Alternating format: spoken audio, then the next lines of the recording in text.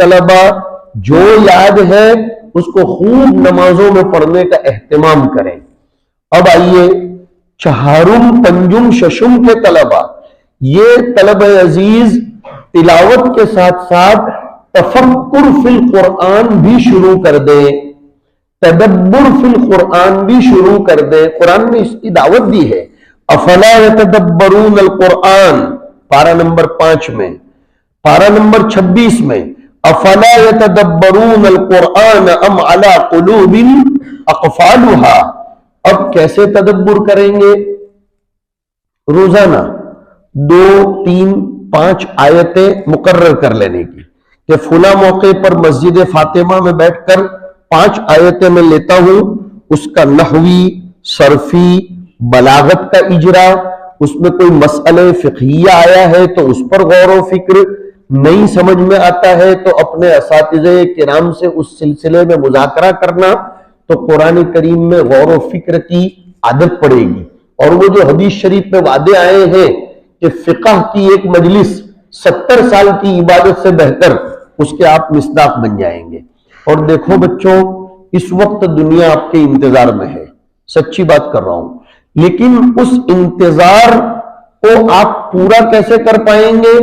جب اپنے آپ کو علوم سے، صالح فکر سے، کیسی فکر؟ صالح فکر، پاکیزہ فکر، بہترین دور اندیشی، اعلیٰ قسم کی دور اندیشی، ان سب سے اپنے آپ کو مسلح کرو گے تو ملک و ملت کی امیدوں پر آپ پورے اتر پاؤ گے۔ ابھی میں گزشتہ ہفتے فلاح دارین میں جب جمعرات کو پڑھانے گیا ترکیسر، تو ایک انٹرنیشنل قاری صاحب ہیں ماشاءاللہ، ان کی قرات آپ سنیں اور ان کے جیسا لہجہ اپنے اندر پیدا کرنے کی کوشش کریں۔ جو فلاح دارین کے موقر استاد ہیں قاری عبدالعزیز صاحب دیولا والے، وہ قرآن پڑھتے ہیں، میں اپنے ہر سفر میں ان کا قرآن شریف سنتا ہوں۔ تو ان کے ساتھ میں ایک مریض کی عیادت کے لیے جا رہا تھا، راستے میں ہم گفتگو کر رہے تھے، میں نے قاری صاحب کو سنایا، قاری صاحب ایک دھیان سے سنو آگے کی بات، میں نے کہا قاری صاحب ایک زمانے تک تو اسلام پر سلاحی جنگیں لا دی گئیں، ہتھیار والی جنگ، بم بائٹنگ کرنا، تلواریں چلانا، بندوق مارنا، یہ کرنا وہ کرنا، لیکن اس میں دشمن تقریباً ناکام ہوا۔ اب جو جنگ چلی ہے، میں بار بار بول رہا ہوں توجہ دیجئے اس نقطے پر، اب جو جنگ چل رہی ہے وہ فکری اور ثقافی جنگ ہے، اور جنگ میں مد مقابل کے ہتھیار سے مضبوط ہتھیار ہمارے پاس ہونا چاہیے، ہے نا؟ اب وہ جب فکری اور ثقافی جنگ لڑ رہے ہیں تو ہمارے پاس بھی فکر و ثقافت ہونی چاہیے۔ اور ثقافت کہاں سے نکلا ہے معلوم ہے؟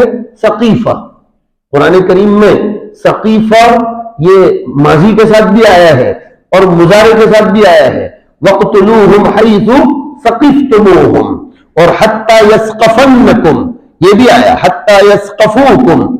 کیا معنی ثقیفہ کا؟ ترجمہ پڑھنے والے طلبہ کا ذہن چلا گیا ہوگا کہ پانا، حاصل کرنا، یہ اس کا معنی ہوتا ہے، پانا۔ وَاقْتُلُوهُمْ حَيْثُ ثَقِفْتُمُوهُمْ أَيْ وَجَدْتُمُوهُمْ فَإِمَّا تَثْقَفَنَّهُمْ فِي الْحَرْبِ أَيْ فَإِمَّا وَجَدْتَهُمْ فِي الْحَرْبِ۔